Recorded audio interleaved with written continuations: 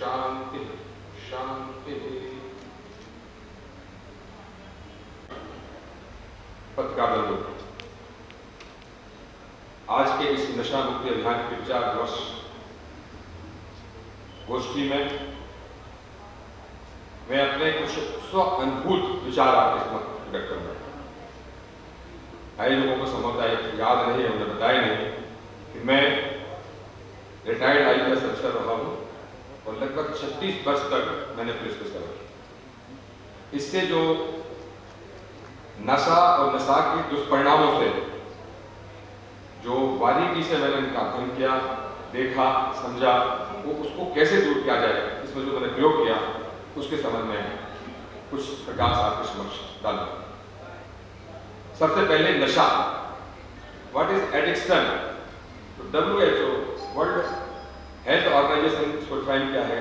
Drugs को वो कहा गया, कहते हैं कि a substance while is taken into a living organism modifies its one or more functions। अर्थात ऐसा पदार्थ जो किसी जीवंत तंतु का तंत्रिका में प्रवेश करे, उसके एक या अधिक फंक्शंस को परिवर्तित करते हैं, उसको ड्रग्स कहते हैं, मादक पदार्थ कहते हैं। और अभी नागर जी कह रहे थे, सांगदर संहिता में मादक पदार्थ को परिभाषित करते हुए कहा गया कि ऐसा पदार्थ जो बुद्धि का नाश करता है और तमोगुण को उत्पन्न करता है। आप जानते हो तो 3 गुण होते हैं, सत्वगुण, रजोगुण, तमोगुण। तो तमोगुण को उत्पन्न करने वाला पदार्थ मादक पदार्थ, जिसमें उदाहरण दिया सुरा अर्थात शराब। तो ये नशा है। अब नशा और अपराध, उससे शायद ये चाहा गया था, फोन पर कहा गया था कि नशा और अपराध के संबंध में अपने विचार व्यक्त करो, क्योंकि इससे बड़ा सीधा संबंध है। तो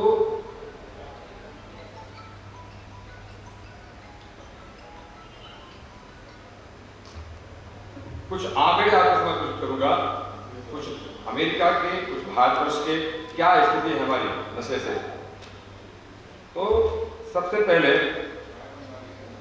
मैं बताना चाहूंगा कि जो अमेरिका में जो NCRB में 2011 में रिपोर्ट प्रकाशित हुई, उसके अनुसार एक वर्ष में 4,10,123 सड़क दुर्घटनाएं हुई। इनमें से 1,36,834 लोगों की मृत्यु हुई। एक वर्ष में 1,36,834 लोग काल का मृत्यु हो गए, एक्सीडेंट हुआ। और NCRB की रिपोर्ट बताती है कि जितने एक्सीडेंट्स हुए, सड़क दुर्घटनाएं हुई जिसमें लोग मारे गए, उन प्रकरणों में 80% या तो ड्राइवर जिसने घटना कारित की या जो सामने चल रहा था वह नशे में था। मतलब 80% लोग निरपराध रूप से इसलिए मारे गए कि सामने वाहन चलाने वाला व्यक्ति क्या था, नशे में। तो this is the adverse effect of drugs and wine.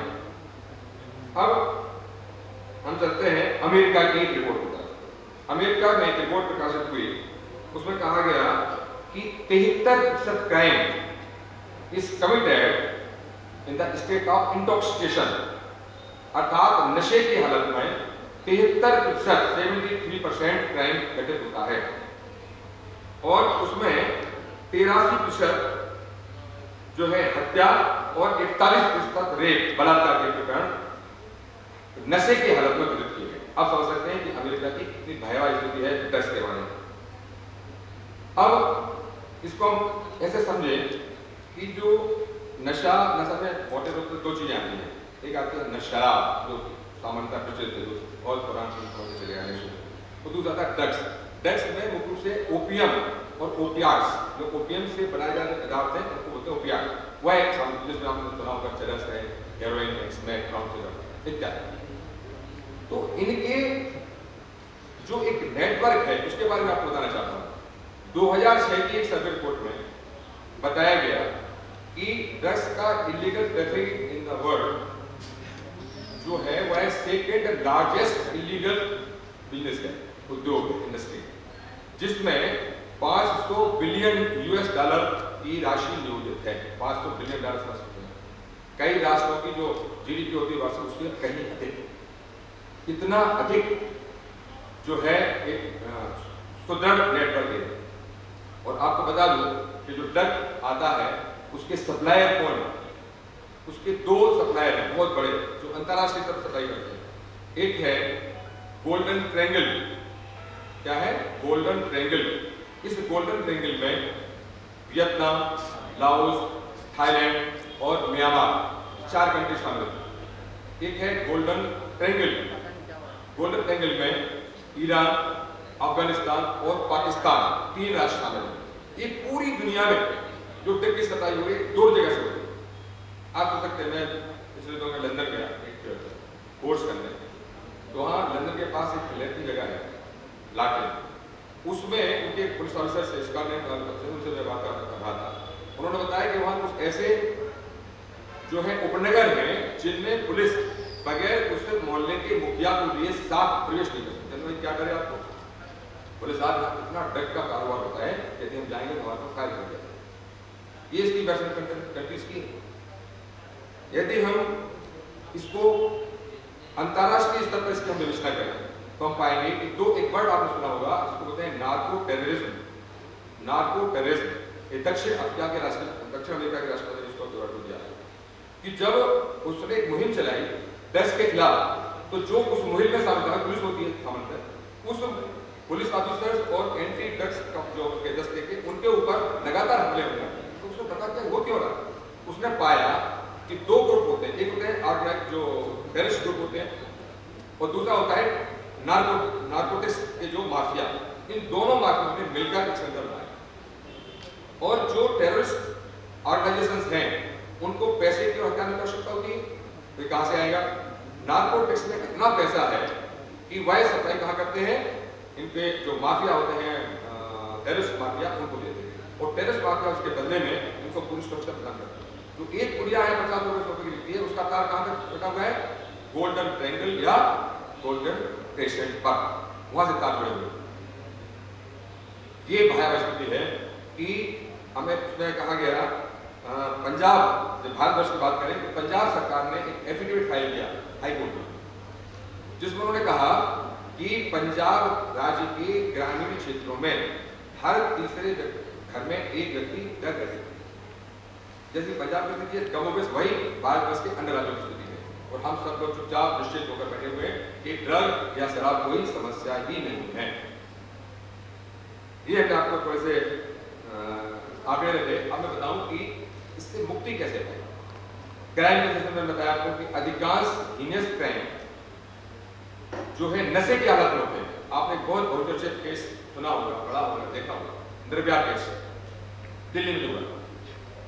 उस निर्भया केस में 6 दरिंदे नशे में पूरी तरह से धोते थे। तो नशा जो है वो हमारी सोचने समझने की शक्ति को समाप्त कर देता है। इसलिए वो क्या मेरे अच्छा है क्या बुरा है समझ नहीं पाता। मैं आदिवासी क्षेत्र में बता रहा, मुझे आश्चर्य हुआ जब फायदा का फोन आया, मेरे साथ एक पति ने अपनी पत्नी की हत्या कर दी। तो हमने क्या कारण था, क्यों मार दिया? पुलिस साहब ने कहा कि हमने कहा पानी लाओ, वो पानी लाने में उसने विलंब कर दिया, कुल्हाड़ी फाड़ दिया और कुल्हाड़ी लेकर खा रहे। हमने क्यों मारा? पुलिस साहब नशे में। तो जो अभी घरेलू हिंसा की बात हो रही थी, घरेलू हिंसा में मूल कारण जो होता है वायलेंस का, वो है नशा। और जो लोअर इनकम ग्रुप के लोग हैं जो प्रतिदिन कमा के अपना परिवार चलाते हैं, उनमें शराब की लत बहुत बुरी तरह से प्राप्त है। उसके कारण घरेलू हिंसा होती है और महिला हिंसा पूरी तरह से प्रसार। 2006 में मैं होशंगाबाद में एसपी था, वहाँ एक मंदिर में चोरी हुई। तो मंदिर में चोरी हुई तो मंदिर में होती है वो बड़ा सनसनीखेज मामला बन जाता है। लोगों ने एलपी के साथ 24 घंटे में पकड़ेंगे, तो हम ये करेंगे वो करेंगे, आप असर करेंगे इत्यादि। भगवान की कृपा ऐसी हुई कि 24 घंटे में हमारे पीआई ने चोरों को पकड़ा। मैंने कहा भाई बड़ा सनसनीखेज मामला था, मैं भी पूछताछ करने जाता हूँ। मैं थाने गया तो मैंने देखा कि 14-15 साल के बच्चे थे, 2 जिन्होंने मूर्ति चोरी की थी। हमने भाई तुम्हें क्यों चोरा है? बोले साहब को टीआई ने बताया कि साहब ये डरपू है, वहाँ इटारसी क्षेत्र में डरपू उनको कहा जाता है, जो स्मैक शी होती है, स्मैक लेते हैं। बोले साहब डरपू है, वो पुड़िया के लिए कुछ भी कर देते हैं। हमने पुड़िया क्या होती है, तो मेरी सारा एक्सपीरियंस था उस क्षेत्र में, निगरानी जबरदस्त। बोले साहब एक स्मैक की पुड़िया होती है जिसको लेके इसके लिए वो कुछ भी काम, कुछ भी अपराध कर सकते हैं। तब मेरे मन में एक बार विचार हुआ कि इनको क्यों ना ठीक किया जाए, क्योंकि बहुत मतलब स्थिति ये थी कि वहां पर थानेदार रिपोर्ट भी लिखता था कि छोटी मोटी साइकिल की चोरी होगी, बोले सब ड्रग एडिक्ट्स हैं, तो क्या करना, रिपोर्ट ही नहीं किया। फिर मैंने वहाँ एक नशा मुक्ति का अभियान चलाया, नशा मुक्ति केंद्र का एक शिविर आयोजित किया, योग से नशा मुक्ति। योग ऐसा अभी बात हो रही थी कि कैसे किया जाए। अगर केवल सेमिनार से और लोगों को बताने से, समझाने से, करने से नशा मुक्ति सफल हो जाती तो अभी तक हमारा पूरा देश नशा हो जाता। मैं आपको व्यक्तिगत अपना अनुभव बता रहा हूँ कि यह बुराई छोड़ना बहुत कठिन है, उसमें बहुत ज्यादा कमिटमेंट की आवश्यकता होती है। तो जब मैंने सर्वे करवाया, प्रत्येक थाने में जानकारी होती है कि कौन ड्रग एडिक्ट है, वो किस प्रकार से वो प्लान करता है। तो मैंने उनको इकट्ठा करके थाने स्तर पर काउंसलिंग कराई, फिर हमारे कृषि जरूरत जिनको ऐसे बोलते हैं, उनके स्तर पर काउंसलिंग हुई और अल्टीमेटली 50-55 लोगों को इकट्ठा करके एक शिविर में रखा गया, जहाँ पर चारों तरफ बंदिश थी, चारों तरफ पहरा था, करीब 20-25 लोग पुलिस के लगाए गए वहाँ उनकी देखरेख करने के लिए। और वहाँ हमने शिविर प्रारंभ किया, एक माह का आवासीय शिविर, पूरी तरह से तलाशी ली गई थी। और करीब 3 घंटे प्रातःकाल और 2 घंटे सायंकाल, 5 घंटे उनको योग अभ्यास कराया जाता। और दिन में उनकी काउंसलिंग होती थी, जिसमें डॉक्टर्स आते थे, धार्मिक विद्वान आते थे, जो बताते थे कि किसी धर्म में नशा करना जायज नहीं माना गया है। डॉक्टर्स, वकील, हमारे पुलिस ऑफिसर्स, रेवेन्यू ऑफिसर, सबको वो अपने अपने बताते थे कि किस प्रकार से नशा करना नहीं करना। उसका परिणाम ये हुआ कि एक साथ आए तो उनको जब विड्रॉल सिम्टम्स उत्पन्न होते हैं तो बहुत ज्यादा वो वायलेंट हो जाते हैं, बहुत ज्यादा हिंसक हो जाते हैं, मारने को दौड़ते हैं, अपने भी कोई नुकसान कर लेते हैं। परंतु एक सप्ताह तक हम पेशेंस रख लेते हैं तो धीरे धीरे कुछ सुधार आता है, क्योंकि उनको हमने जो नशे की बुराई, देखो आजकल हम क्या करते हैं, कहते ये छोड़ो, पर ये नहीं कहते क्या करो। यदि आप किसी से कहते हो नशा छोड़ो तो वो कहेगा हम क्या करें। जो जिसको रोज शाम को दारू पीने की आदत है उसको क्या कहोगे, क्या करो, सब्स्टिट्यूट किससे करें। तो मैंने उसमें एक बात सोची कि नशे को योग से सब्स्टिट्यूट किया जा सकता है, योग नशे का बहुत अच्छा विकल्प हो सकता है। तो इसका परिणाम हुआ कि हफ्ते भर में 10 दिन में उनमें नशे की प्रति जो बहुत तीव्रता थी वो धीमे सूर्य को थोड़ा सा माइल्ड हो गया, मेडिसिन दी है क्योंकि पेन किलर के लिए और नींद आती है उसके लिए, धीरे धीरे वो ठीक हो। और 15 दिन में उनकी जो डिपेंडेंसी थी चाहे के ऊपर ड्रग, उसके दवा के ऊपर, वो भी दूर हो, बिना दवा के, बिना ड्रग से वो रहना सीखे। और 1 माह में उनके अंदर इतना परिवर्तन आया कि जिन्होंने उनको पहले दिन देखा था वो पहचान नहीं पाते कि वही व्यक्ति है। और अब उनमें से कई लोग तो हमारे योग शिक्षक हैं जो योग की क्लास ये रूपांतर। उसके बाद जहाँ DI रहा, आई रहा, हर जगह मैंने इसके अभियान चलाए और सैकड़ों हजारों लोगों को योग के माध्यम से नशा मुक्त किया। तो ये योग एक इतना प्रबल साधन होता है, क्योंकि योग एक ऐसी विधा है जो व्यक्ति के शरीर को, मन को और आत्मा को, तीनों को प्रभावित करती है और तीनों का रूपांतरण होता है। प्राणायाम की परिभाषा करते हुए महर्षि पतंजलि कहते हैं कि ततः चेते प्रकाश आवरण, अर्थात हमारे चित्त पर अविद्या का, अज्ञान का जो अंधेरा छाया हुआ, हमारे जो चेतना है उसके ऊपर अविद्या का आवरण छाया हुआ है, वह प्राणायाम करने से हट जाता है। आसन करने से व्यक्ति तंदुरुस्त बनता है, उसका स्वास्थ्य बदलता है। तो जब ये सुधार व्यक्ति को दिखाई देते हैं कि सुधार हो रहे हैं उनमें, तब वह नशा मुक्ति के लिए प्रेरित होता है।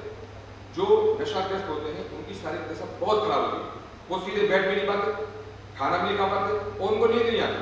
यदि उनको डग ना दिया जाए तो वो सो भी नहीं सकते, वो सोते भी क्या है, वो एक अर्ध सुप्त अवस्था में रहते हैं, बहुत हालत खराब होती है, उनका जीवन 40-45 साल तक रहता है सुबह समाप्त। इस स्थिति से निपटने के लिए योग का मैंने प्रयोग किया। एक पुस्तक भी मैंने लिखी, योग से नशा मुक्ति।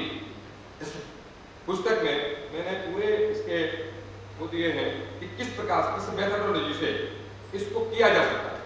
कोई भी व्यक्ति इस पुस्तक के सहारे योग के शिविर आयोजित कर सकता है विदाउट एनी मेडिसिन, कोई बाहर की आवश्यकता नहीं है, क्योंकि यह एक मानसिक रोग और योग से मानसिक रोग दूर होता है।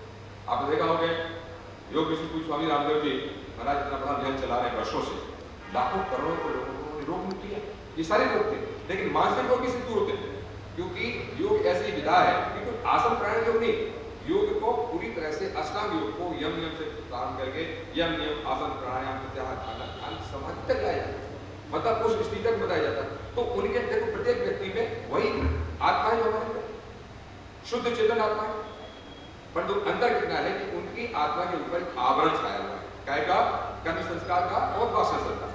कर्म संस्कार और वासना संस्कारों को योग के माध्यम से क्या किया जाता है, तनु कर दिया जाता है और परमात्मा की कृपा से उसको फिर बाद में दग्ध बीज कर दिया जाता है, मतलब समाप्त कर दिया जाता है। तो एक बहुत बड़ा रूपांतर होता है, बहुत बड़ा रूपांतर होता है। आप सोचिए, एक डॉक्टर नायर थे, इसके सामने उन्होंने लिखा लिख के दिया, डॉक्टर नायर थे, एस.एस. नायर, वो थ्रोट कैंसर के सर्जन है और सोशल वर्कर पर काम जब बदनामी में किया था तो कैंपियर ने बुलाया, उन्होंने मंच से कहा, उसमें होम मिनिस्टर भी थे, उन्होंने कहा कि साहब मैं इस बात में बिलीव नहीं करता कि कोई व्यक्ति एक बार एडिक्ट हो जाए तो भी एडिक्ट हो सकता है। उन्होंने कहा कि एलोपैथी में लिखा है कि once addict is addict forever, वो डिरेक्ट नहीं हो सकता। तो हमने डॉक्टर साहब आज आप आए हैं, इन सबका परीक्षण कर लीजिए जो हमारे शिलार्थ हैं, और जिस दिन समापन होगा उस दिन आपको बुलाऊंगा, उस दिन परीक्षण करिए। वो आए समापन देना, उन्होंने परीक्षण किया तो उन्होंने लिखा कि मेरा अभी तक जो ज्ञान था, मेरी जो भ्रांति थी अब दूर हो गई कि जो एडिक्ट व्यक्ति है उसको डिरेक्ट नहीं किया जा सकता। यह धारणा आज योग के माध्यम से गलत साबित हुई। योग के माध्यम से ऐसे व्यक्ति को डिरेक्ट किया जा सकता है, ये उन्होंने लिख के दिया। तो इस प्रकार से एक बड़ा कार्य योग के माध्यम से हो सकता है। ये छोटा मोटा काम नहीं, आप देख रहे हो, मैंने तो क्या बताऊं कि मेरी सोशल क्वेश्चन पर ज्यादा ध्यान है। अपराध हो कहाँ, अपराध क्यों हो रहा है, उसकी जड़ में जाने का प्रयास करें। आपने देखा होगा कि जो इंजीनियरिंग कॉलेजेस हैं, मेडिकल कॉलेजेस हैं, बड़े बड़े विश्वविद्यालय, उनके आसपास कुछ स्लम एरियाज डेवलप हो जाते हैं। उसमें छोटे छोटे बच्चे कैरियर का काम करते हैं, वो अपने ग्राहक को जानते हैं, वहाँ से गुड़िया भेजी जाती है, वहाँ तक पहुँच जाती है और वो कुछ करते हैं। किसी भी हॉस्पिटल में, किसी भी अस्पताल में आप रेड करिए, आपको वाइन ड्रग्स आराम से मिल जाएगा। इतना अधिक सहजता से उपलब्ध होना चाहिए। इसकी बड़ी समस्या क्या है कि पुलिस इसकी एक आधी कड़ी तक पहुंच पाती है। जिसके पास पकड़ा गया, जो हमारा एक एनडीपीएस एक्ट बना, बहुत कठोर कानून, जिसके अंदर 1 लाख का तो जुर्माना और 20 साल की सजा, परंतु उसको प्रमाणित करना बहुत कठिन हो जाता है और उसमें बहुत कंडीशंस, उस कानून के होते हुए भी ड्रग्स का व्यापार हमारा फल हो रहा है। ये विडंबना की बात, इसमें समाज को बहुत ज्यादा सतर्क रहने की आवश्यकता है और बिना सामाजिक कंसर्न के, सामाजिक सरोकार के ये नशाबंदी का काम पूरा हो नहीं सकता।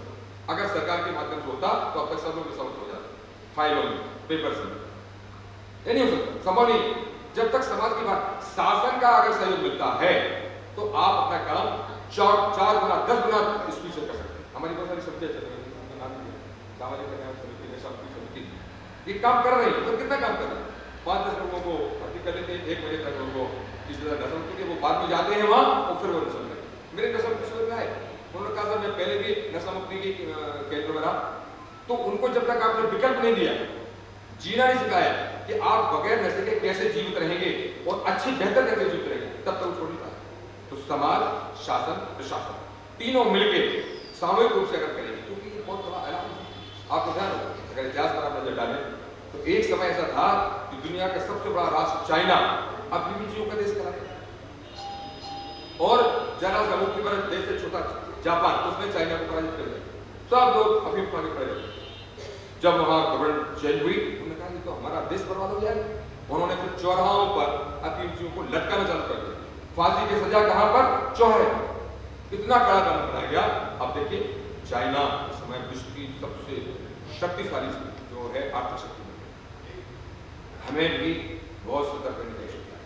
धीरे धीरे जैसे कहा गया, इसका प्रवेश कैसे होता है, गुटखा से, बीड़ी से, सिगरेट से, बताया 60% कैंसर, हमने इसमें पूरा रिसर्च किया, 60% कैंसर के रोग जो हैं वो थ्रोट कैंसर के कैसे होते हैं, तंबाकू या उनके अन्य प्रोडक्ट से, खाने से या पीने से या सूंघने से। अब हमने, जब मैं शहडोल में था, तुमने सर्वे किया, तो आज तक जब कोई प्रमाण ना कोई बात मानता नहीं। मैं हमेशा कहा करता हूँ कि कहीं अधिकार बताता हूँ कि अपराध का मूल कारण क्या है, नशा, मुझे प्रमाण चाहिए। तो मैंने वहां के शहडोल संभाग के सभी जेलों में बंद बंदियों पर एक सर्वे, एक क्वेश्चनर होगा, उसमें 851 बंदी जो बेचारे मतलब अंडर ट्रायल क्रिमिनल थे और जो कन्वर्टेड क्रिमिनल थे, दोनों प्रकार के क्रिमिनल शामिल हुए। उसमें जब हमने आंकड़े इकट्ठे किए तो मुझे बहुत आश्चर्य हुआ कि उनमें से अधिकांश लोगों ने कहा, साहब यदि हम नशे में ना होते तो अपराध न कर, अपराध करने से दुनिया मुझे ये कमिट किया। और उसमें जब अपराध आयोग की सुरक्षा की तो पाया कि हत्या के 32.5% का है, 32.5% जो अपराध हुए वो हत्या के कायम थे in the state of intoxication, नशे की हालत में। वो ड्रग्स भी लेते थे और शराब का नशा भी शामिल। बलात्कार के 61.7%, 61.7% बलात्कार के प्रकरण हुए काहे में, नशे में। और लूट के 33.3%, डकैती के 35.2% क्राइम नशे की हालत में हुए। अब एक विडंबना की आपको बताता हूं जिसको सबको विचार करती है पूरे समाज को। देखिए कानून किसके लिए बनता है, समाज के लिए। वो कानून बनाता कौन है, समाज से जो छोटे प्रतिनिधि बाहर जाते हैं, चाहे असेंबली में हो या पार्लियामेंट में, वो बनाते हैं। वो किसके लिए बनाते हैं, समाज के सुधार के लिए। प्रत्येक कानून का जो आशय होता है वो बेहतर समाज की संरचना बनाना होता है, समाज को बेहतर करना होता है, इसलिए कानून बनते हैं। अब एक कानून है आईपीसी, इंडियन पीनल कोड, जिसके अंतर्गत सभी ट्रायल होते हैं। आईपीसी के बाद पता धारा 383 में चोरी है, 380 में चोरी है, अन्य इत्यादि। उसमें धारा 85 और 86 है, जिसमें अपवाद भी है, एक्सेप्शनल, कि अगर ऐसे लोग अपराध करते हैं तो उनको अपवाद मानकर छूट देती है। दुर्भाग्य देखिए कि उसमें यह प्रावधान किया है कि यदि कोई व्यक्ति मत अवस्था में, मत अवस्था के बोलते हैं in the state of intoxication, यदि शराब के नशे में या किसी ड्रग के नशे में कोई अपराध करता है तो वह छूट का होगा। बताइए अमेरिका में, वेस्टर्न कंट्रीज में जहां पर अपराध होते हैं उसमें अलग से प्रोविजन है कि अगर किसी ने एडिक्शन में या इंटॉक्सिकेशन में अपराध किया है तो उसको सजा बढ़ा दी जाएगी, अधिक सजा दी जाएगी। हमारे यहाँ क्या है, उसको छोड़ दिया। इसलिए क्या हुआ है, पुलिस जब कभी भी अपनी एफआईआर में इस बात का जिक्र नहीं करती कि उस व्यक्ति ने जिसने एक्सीडेंट किया वो नशे में, इसलिए कभी काट दिया, इसलिए कोई शोर नहीं बचता, क्योंकि आप कहीं है नहीं, रिकॉर्ड में है नहीं। ये एनसीआर में जो आंकड़े हैं उन्होंने अन्य स्रोतों से जानकारी करने की, इसलिए उन्हें आंकड़े दी। पुलिस के पास आंकड़े नहीं हो, क्योंकि कभी बता दे हत्या कर दी, अपराधी पकड़ा गया, उसका कभी मिली करता के ये नहीं कराएंगे कि उसने उस समय हंसे नशे में था।